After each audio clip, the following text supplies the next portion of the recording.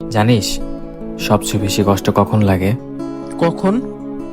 যখন থেকে বাবা মায়ের দিন দিন বয়স বেড়েই যাচ্ছে, অথচ আমি এখনো তাদের জন্য কিছুই করতে পারলাম না। সবাই তো একদিন একদিন সফল হয়, তুই ইনশাল্লাহ একদিন হবি। হয়তো, কিন্তু সময় কি কখনো কারোর জন্য অপেক্ষা করে? প্রতিদিন সকালে বাবা ঘর থেকে বের হয় হাসি মুখে, কিন্তু সেই হাসির আড়ালে কতটা দুশ্চিন্তা লুকিয়ে থাকে সেটা কেউ দেখে না।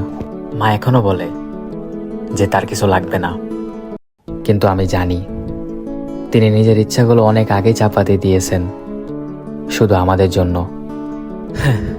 আর আমি দিনের পর দিন চাকরি খুঁজি, চেষ্টা করি, ব্যর্থ হই, আবার চেষ্টা করি।